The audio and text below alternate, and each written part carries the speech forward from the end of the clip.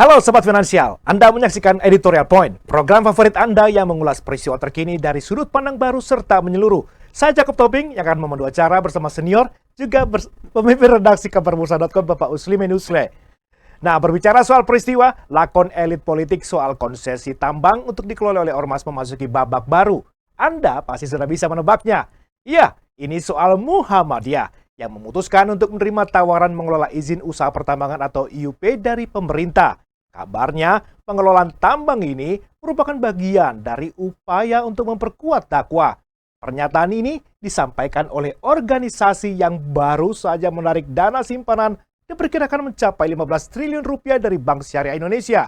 Dan jangan lupa, soal 7.000 lebih amal usaha pendidikan, 457 rumah sakit, panti jompo, panti rehabilitasi, belum lagi 11.000 lebih fasilitas masjid dan musala. Apakah hasil dari semua amal usaha tersebut masih kurang ya Pak Usle untuk memperkuat dakwah? Tapi tahan dulu Pak jawabannya Pak. Jadi sahabat, jangan beranjak dari diskusi ini. Sesaat lagi Bapak Uslimin Usle akan berbagi pandangan serta cerita di balik peristiwa. Inilah Editorial Point. Adalah peraturan pemerintah nomor 25 tahun 2024 tentang pelaksanaan kegiatan usaha pertambangan mineral dan batu bara yang jadi bara. Pokok masalah bermula dari pasal sisipan baru, yakni pasal 83A, yang mengatur penawaran wilayah izin usaha pertambangan khusus atau WIUPK secara prioritas kepada ormas keagamaan. Beragam reaksi bermunculan hingga Presiden Joko Widodo harus meluruskan isi pasal dimaksud. Yang diberikan itu adalah sekali lagi badan-badan usaha yang ada di ormas. Persyaratannya juga sangat ketat. Baik itu diberikan pada koperasi yang ada di ormas maupun mungkin PT dan lain-lainnya. Jadi badan usahanya yang diberi, bukan ormasnya. Sontak, organisasi masyarakat keagamaan ramai-ramai disorot publik. Tampil terdepan ialah pengurus besar Nahdlatul Ulama menyebut baik sebab Jokowi akhirnya menepati janjinya dahulu. Ketua Umum PBNU, Kiai Haji Yahya Kholil Stakuf, menjelaskan bahwa NU tidak hanya mengurus hajat agama umat saja, tetapi juga ekonomi, pertanian, pendidikan, kesehatan, dan sebagainya. NU butuh revenue. Nah, pemerintah kemudian berpikir untuk menyediakan kesempatan, sehingga pada waktu pembukaan muktamar ke-34 di Lampung bulan Desember 2021 dulu, Presiden Joko Widodo dalam pidato pembukaan muktamar itu menyampaikan akan menyediakan konsesi tambang untuk NU. Itu beliau sampaikan dulu gitu. Sementara itu reaksi awal Muhammadiyah berbeda, tidak gamblang memberi lampu hijau atau merah. Sampai 28 Juli 2024, Muhammadiyah melalui konsolidasi nasional juga memutuskan ikut bermain tambang. Keputusan tersebut langsung menuai kecaman dari kader serta tokoh Muhammadiyah yang mengkritisi soal dampak lingkungan dari aktivitas penambangan, potensi profit triliunan rupiah pun, serta keraguan atas janji soal tambang hijau dijadikan dasar asumsi serta penilaian. Kendati demikian, pimpinan pusat Muhammadiyah memilih untuk berkepala dingin mengambil sikap kewaspadaan, keseksamaan, kecermatan dengan menerima masukan-masukan dari berbagai ahli dan pihak terkait, hingga tercetuslah tim pengelolaan tambang yang diketuai oleh Profesor Muhadjir Effendi, yang juga adalah Ketua PP Muhammadiyah membidangi bisnis dan ekonomi. Keputusan Muhammadiyah mengelola tambang itu pun disertai beberapa catatan, yakni Muhammadiyah akan melibatkan kalangan profesional, baik kader maupun warga persyarikatan di sekitar area tambang. Bersinergi pula dengan perguruan tinggi dan menerapkan teknologi yang meminimalkan kerusakan alam. Dan calon mitra strategis Muhammadiyah haruslah berpengalaman. Karena usaha tambang ini juga yang lain kan ada di dalam lalu lintas persoalan-persoalan dan pelaku tambang yang demikian rupa, kalau nanti dalam perjalanannya tim menemukan berbagai macam situasi dan kondisi yang tidak memungkinkan untuk pengelolaan tambang yang pro keadilan sosial, pro kesejahteraan sosial, dan pro lingkungan, ya kami tidak akan memaksakan diri untuk akhirnya nanti dengan bertanggung jawab pula IUP itu kami kembalikan. Nah, Itu cara kami memasuki kehidupan. Dan saya yakin inilah bedanya kami untuk mengambil langkah tanggung jawab ini. Kalau untuk mudahnya kan ya sudah, kita tidak masuk ke arena itu, selesai. Tapi ini menjadi challenge tanggung jawab. Kenapa kita tidak bikin model yang bisa kita lakukan? Karena ini akan bisa berlaku di bidang yang lain. Pernyataan Ketua Umum PP Muhammadiyah Profesor Haidar Nasir valid dan perlu dibuktikan dengan tindakan nyata. Terlebih lagi, Muhammadiyah sebagai organisasi yang berkomitmen pada nilai-nilai Islam harus memastikan bahwa kehadirannya dalam bisnis tambang tidak menambah kerusakan lingkungan, apalagi penderitaan bagi masyarakat adat serta penduduk asli lokasi tambang. Walau hasil konsolidasi nasional memutuskan untuk menerima, tetapi faktanya masih ada tokoh Muhammadiyah lantang menolaknya. Hal ini cukup mengundang rasa penasaran saya ini Pak Usle. Sebenarnya hasil konsolidasi nasional Muhammadiyah kemarin itu tidak bulat satu suara ya Pak ya? Apakah harus dilalui lewat voting atau bagaimana? Bisa diceritakan? Iya, informasi yang kita peroleh ini sebetulnya agak berbeda dengan ketika Muhammadiyah melakukan konsolidasi nasional amal usahanya terkait dengan penarikan dana dari BSI. Jadi ini ada perbedaan yang cukup tajam. Ada dissenting opinion kali ya?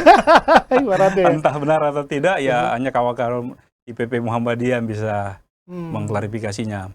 Tapi ada beberapa hal yang bisa kita lihat dari situ. Pada saat Memo Jogja hasil rapat konsolidasi nasional terkait penarikan dana dari BSI, itu PP Muhammadiyah berani melakukan konferensi pers secara terbuka, Pak. Ya. Kalau ini kemarin melakukan konferensi pers secara daring aja.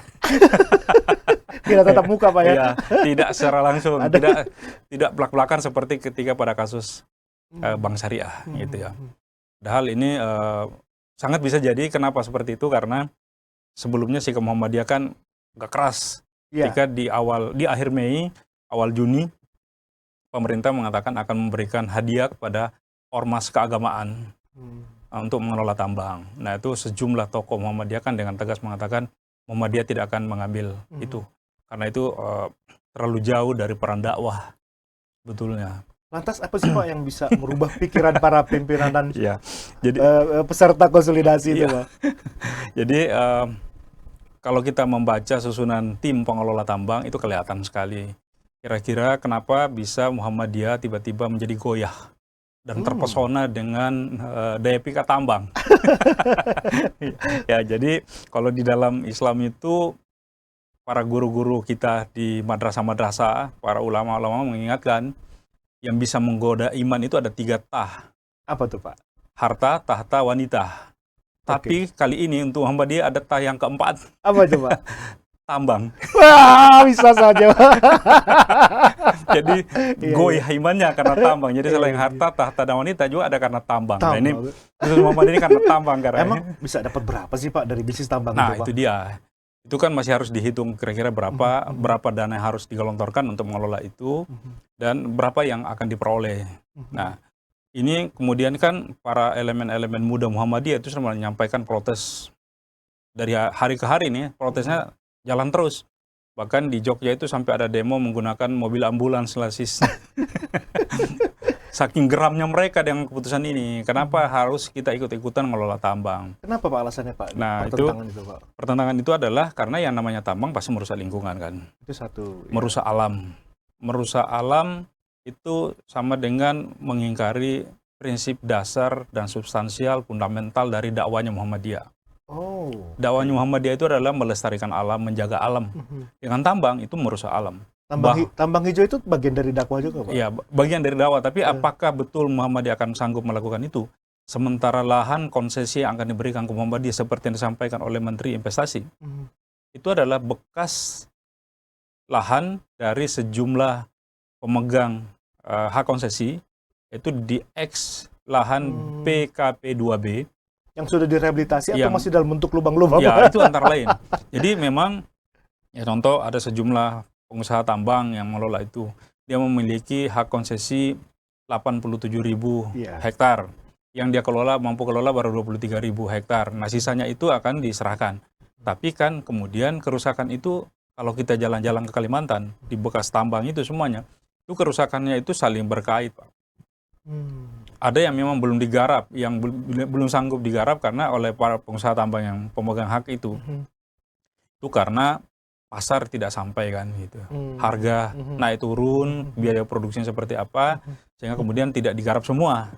Sebetulnya mereka mau saja, para emiten-emiten itu mau saja menggarap Adaro, PT Kaltim dan sebagainya, kemudian Arutmin dan sebagainya. Tapi kan di samping dia harus mengelola itu, menggarap itu, tentu pasarnya gimana. Nah, pasar ini kan kita dibatasi juga, ada kota pasar dan agar bernilai untung, dan memang untungnya besar. Ya, para pengelola tambang batu bara dan mineral itu kan kalau kita lihat laporan keuangannya di lantai bursa kan bertriliun-triliun, betul, itu sangat menggiurkan juga itu. Tapi jangan salah bahwa kerusakan alam yang disisakan juga sangat besar. Nah, Terkait tadi profit, Pak. Nah, sebenarnya Muhammadiyah ini memang kekurangan dana, Pak, untuk memperkuat dakwah. Karena kan kita tahu amal usaha Muhammadiyah ini banyak sekali, Pak. Dan juga kemarin dana triliunan itu juga kan dari Bank Syariah Indonesia. sebetulnya bukan. Jadi Muhammadiyah menerima itu bukan juga karena kekurangan duit. Dari amal usahanya Muhammadiyah itu sudah sangat luar biasa itu. Muhammadiyah tidak kekurangan duit sebetulnya. Dana mereka banyak. Mereka sangat kuat di ekonomi kerakyatan. Cuma kan ini di jajaran Muhammadiyah juga kan ada beberapa kubu juga gitu. Ada juga yang mengatakan bahwa kita harus memainkan strategi ini. Jangan terlalu berhadapan-hadapan dengan pemerintah.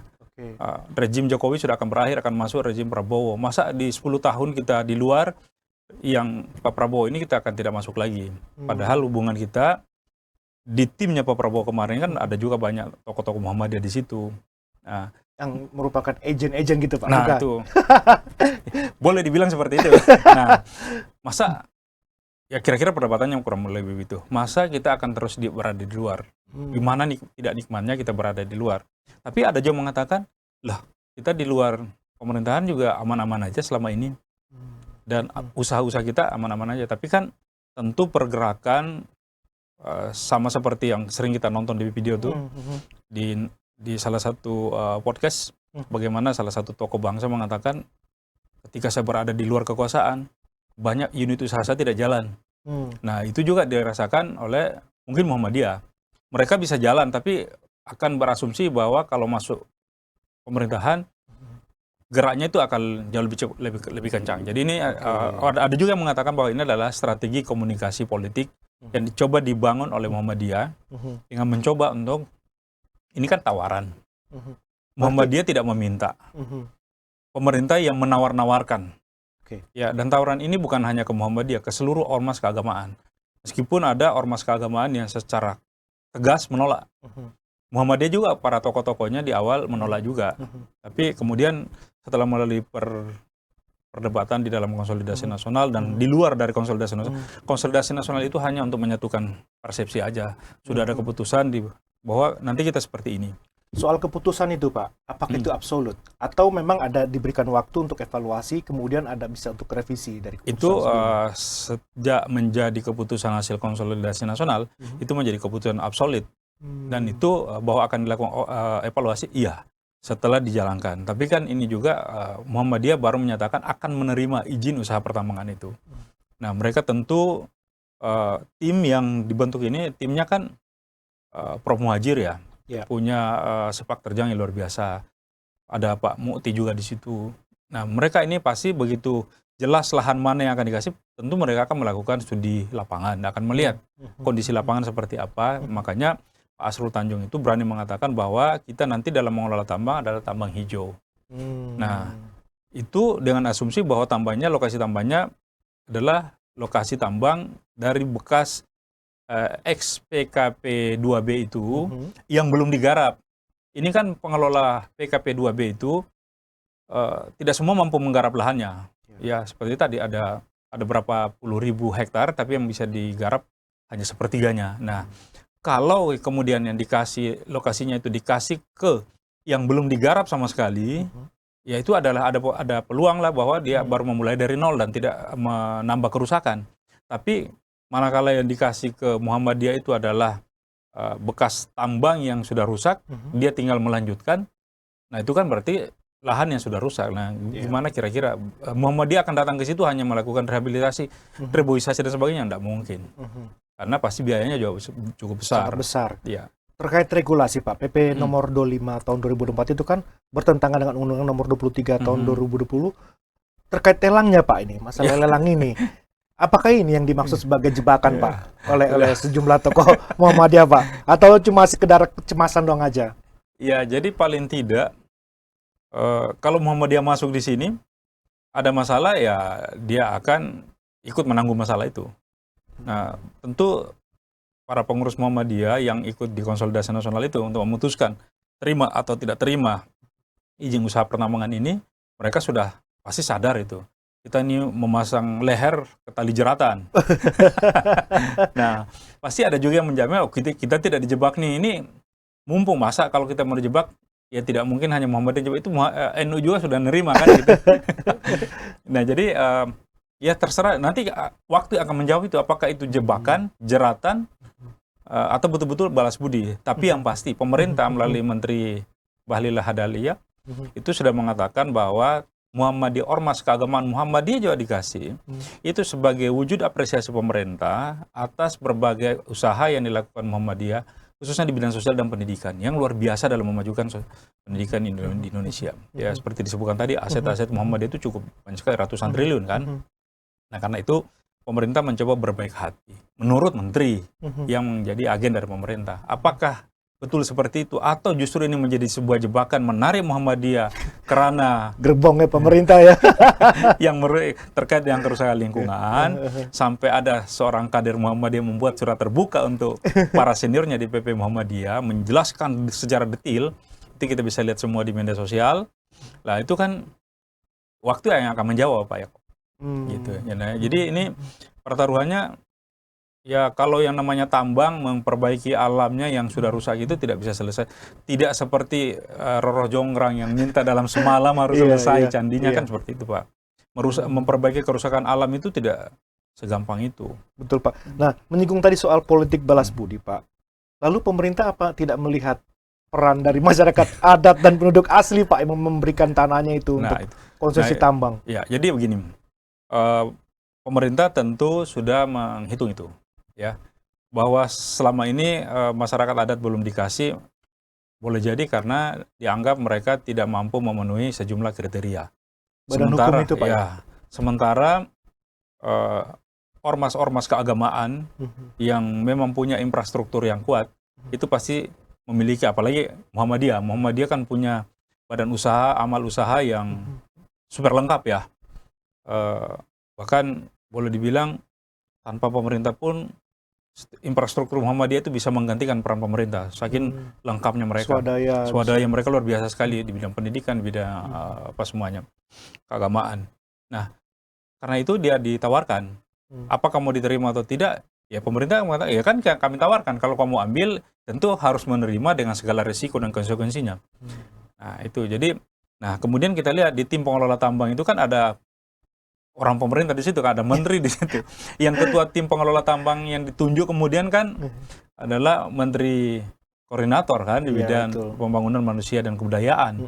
Ya tahu persis lah Promuhajir seperti apa. Jadi tentu Muhammadiyah juga sudah bertimbang secara matang. Ya meski demikian ya kalau kita mengikuti perkembangan ini di berbagai platform media sosial, kan banyak tokoh-tokoh Muhammadiyah, tokoh-tokoh muda Muhammadiyah yang sangat kecewa juga dengan sikap-sikap yang diambil ini.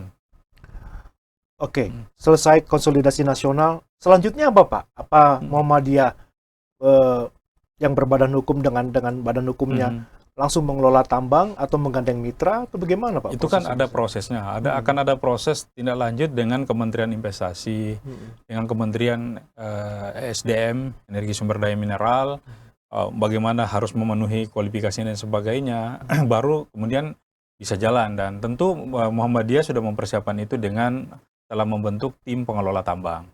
Jadi infrastrukturnya, peralatannya, ya tentu kan yang namanya tambang batu bara dan mineral itu kan tidak menggunakan cangkul biasa, tapi menggunakan alat-alat berat. Nah itu tentu Muhammadiyah, tentu tim yang dibentuk oleh Muhammadiyah itu sudah memikirkan itu, membentuk tim kerja.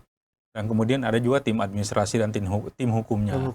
Pasti mereka sudah mempertimbangkan itu. Nah, tapi terlepas dari situ, memang ini menjadi sesuatu yang gimana ya, menjadi sesuatu yang menjadi menarik minat dan perhatian banyak kalangan, karena sejak awal kan Muhammadiyah sebetulnya secara lantang, tokoh-tokoh Muhammadiyah, mantan ketua PP, Pak Din Samsudin dan kawan-kawan itu kan sudah mengingatkan jangan terima itu. Ya, karena mudaratnya lebih banyak daripada manfaatnya. Tetapi para pengambil kebijakan di konsolidasi nasional justru melihat sisi lain, bahwa lebih banyak manfaatnya daripada mudaratnya. Ya mudah-mudahan saja Muhammadiyah ini tidak terjerat ke dalam kubangan lumpur masalah yang kemudian bisa mencoreng wajah baik Muhammadiyah yang selama ini memang sudah memberikan stigma positif yang luar biasa di kalangan masyarakat. Khususnya untuk UMKM Pak ya? Ya, khususnya UMKM, kemudian di bidang sosial dan pendidikan. Itu Muhammadiyah kan luar biasa. Itu kita harus angkat jempol. Ya, cuma ya itu tadi karena ada baru tambang ini yang kemudian Muhammadiyah tiba-tiba ini. Tapi tentu para senior-senior di Muhammadiyah itu sudah mempertimbangkan semua itu. Seperti apa sisi manfaat dan mudaratnya. Ya, mereka pasti sudah berhitung itu ya. Nah, ini sisa karena di mana-mana banyak penolakan-penolakan dari kalangan-kalangan muda Muhammadiyah. Itu bagaimana itu Pak untuk menjembataninya ya? Nah, ini dia tentu Muhammadiyah sudah mengetahui bagaimana modelnya, bagaimana caranya untuk menyelesaikan itu. Pasti mereka punya tim yang bisa menjelaskan kepada kader-kader muda kenapa kita terima tambang ini, berapa sisi baiknya dan berapa sisi buruknya. Kira-kira begitu. Kita percaya deh, Muhammadiyah adalah organisasi yang besar sama seperti NU. Ya, di NU kan adem-adem aja, tidak ada problem penolakan dan sebagainya sejak awal. Iya, karena memang sejak Muktamar itu Pak, Desember 2021, memang sudah dijanjikan oleh Pak Jokowi. Nah, baru dikasih sekarang. Baru dikasih sekarang di penghujung masa pemerintahannya. Menarik sekali Pak Usle. Baik Pak, terima kasih ya sudah mau berbagi pandangan serta pemikirannya mengenai topik ini. Ya mudah-mudahan saja dari izin usaha pertambangan di dikelola Muhammadiyah ini betul-betul Muhammadiyah mampu menghadirkan tambang hijau ya, seperti yang dijanjikan oleh tim pengelola tambang, dalam hal ini melalui Pak Asrul Tanjung.